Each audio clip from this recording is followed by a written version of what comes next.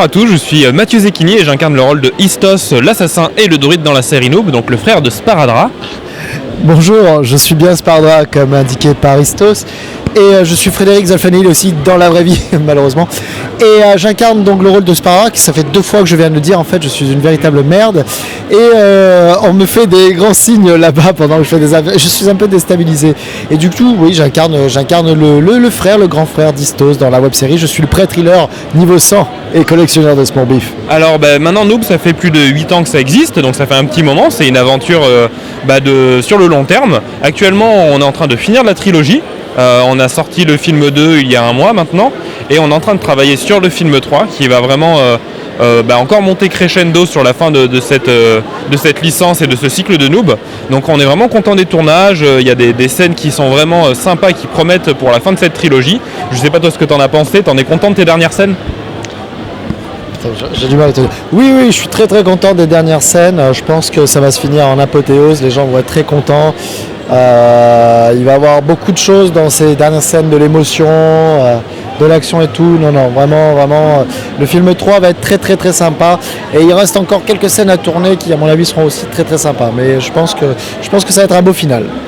Oui, puis on a encore un peu continué notre tournée pour les lieux de tournage, puisqu'on va avoir la Suisse qui va être représentée. Donc la première fois qu'un pays autre que la France va apparaître dans Noob. Et étranger. Oui.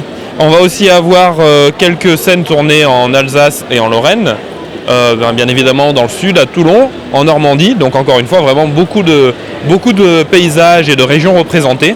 Et normalement, en toute logique, on devrait faire une avant-première de ce film 3 au Grand Rex le dimanche 5 février, avant d'enchaîner 1 ou 2 semaines après la sortie sur Internet. Alors le crowdfunding, donc on a lancé ce crowdfunding en mai 2013, donc maintenant ça commence à faire presque 3 ans, et oui, donc la trilogie, 3 ans.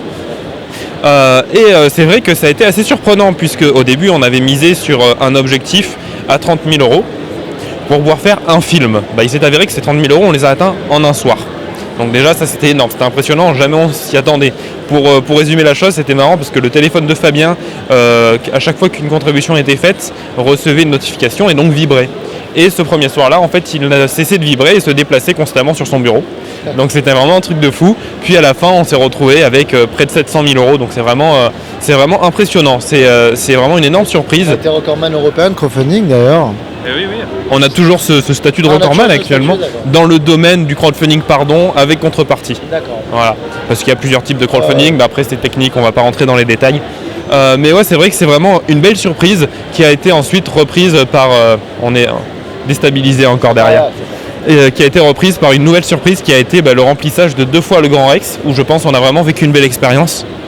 Ah oui, en même temps, tout le monde ne peut pas se targuer de dire qu'il a rempli 2 fois le Grand Rex et qu'il est surtout allé sur les planches du Grand Rex. Donc effectivement, c'est une super expérience en tant qu'acteur amateur et une expérience qu'on va réitérer donc du coup pour l'avant-première du film 3, voilà, en début 2017. Et donc Olydri, c'est pas que de la vidéo, puisque depuis le début de l'année, on s'est lancé dans l'édition aussi, donc beaucoup de projets. Donc on a notamment déjà repris le roman Néogicia qui était sorti en 2014, qui a été accompagné cette fois d'une bande dessinée, donc dessinée par Philippe, colorisée par Florence et scénarisée par Fabien. On a aussi repris donc Sentai School, qui est donc un projet qui a été réédité puisqu'il existait déjà 5 tomes, et on a réédité ces 5 tomes. Donc c'est encore Philippe et Florence qui sont sur le coup, là aussi bien au scénario que sur le dessin et la couleur. Donc c'est vraiment une série de mangas vraiment bien sympa. Et on a aussi donc le projet Golem, dont tu peux peut-être nous parler un peu plus en détail. Oui, le projet Golem, donc scénarisé par Amandine Tagliani, moi-même et dessiné par Alexis Talon. En fait, c'est un manga français avec un design assez années 80-90 en fait, pour frapper dans la génération que je suis en fait, qui a été bercée par ces vieux mangas, on va dire, vieux mangas entre guillemets. Voilà, l'histoire ça suit le périple de Luco et Ime, qui sont des chasseurs de reliques en fait, et qui évoluent sur l'île d'Alvaleris, et un jour ils vont tomber sur un temple souterrain, et à partir de là en fait leurs aventures vont débuter, voilà. Donc du coup c'est un manga qui va sortir mi-avril là, en avant-première au Mangazur, et que je vous invite à découvrir. Voilà, ça a été fait par des passionnés et pour des gens aussi qui aiment les mangas, et je pense qu'à mon avis ça va vous plaire. Et puis on a encore du contenu qui va arriver, puisque est prévu donc le roman 2 de Neogicia, qui sortira le 24 juin. Donc Neogicia, pour petit rappel, c'est une licence qui est un spin-off de Noob, où on suit en fait les aventures des personnages de la faction de l'Empire, notamment Sally Asgard, mais dans un univers à part entière, sans prendre en compte l'aspect jeu vidéo, comme si c'était l'histoire d'un univers fantastique à part entière. Où là, si quelqu'un meurt, c'est définitivement la fin pour lui. Et il y aura aussi donc un autre projet qui cette fois va être scénarisé par Anne-Laure Gaïa, qui va être le blog de Gaïa, et qui sortira lui aussi le 24 juin avec encore une fois Philippe au dessin et Florence à la couleur. Donc franchement ça nous fait beaucoup de contenu. On aura même encore quelques projets qui sortiront, je pense notamment à Mécase après l'été. Donc voilà, la maison d'édition Olydri se développe à fond et il y a vraiment plein de projets qui arrivent. Donc j'espère que ça vous plaira et que ça viendra bien compléter tout ce qu'on fait avec les vidéos aussi. Voilà. Et oui, en termes de vidéos, on va aussi reprendre la suite de Warp Zone en 2017. Donc là, on se laisse le temps de finir avant tout la trilogie Noob qui est prioritaire.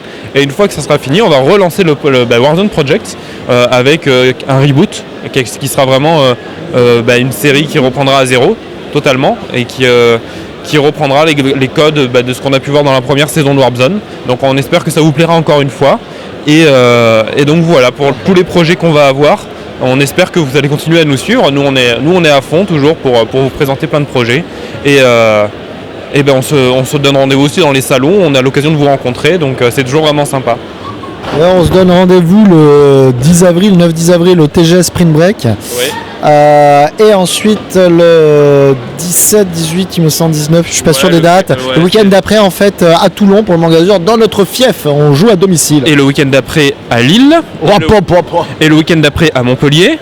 En fait Et le week-end d'après quelque part. Attends, à Montpellier aussi. Ah oui, c'est vrai qu'il y a le Mangame Show aussi.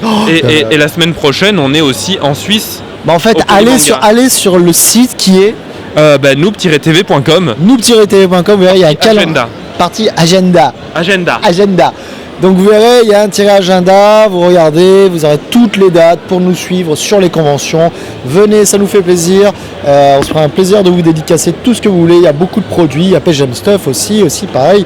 Si vous n'avez pas, on va dire, l'occasion de nous voir en salon ou autre, il y a aussi la possibilité d'acheter les produits dérivés et aussi BD et autres BD, non pas de la licence Noob, mais d'autres choses. Mais de licences issues d'internet principalement. Voilà, sur le site pgm-stuff.com. Voilà. Absolument. Tu as tout dit. Ben voilà, je sais. C'est parfait. C'est beau. C'est magnifique. Merci beaucoup. Merci à toi. Merci et à bientôt. Et à très très vite.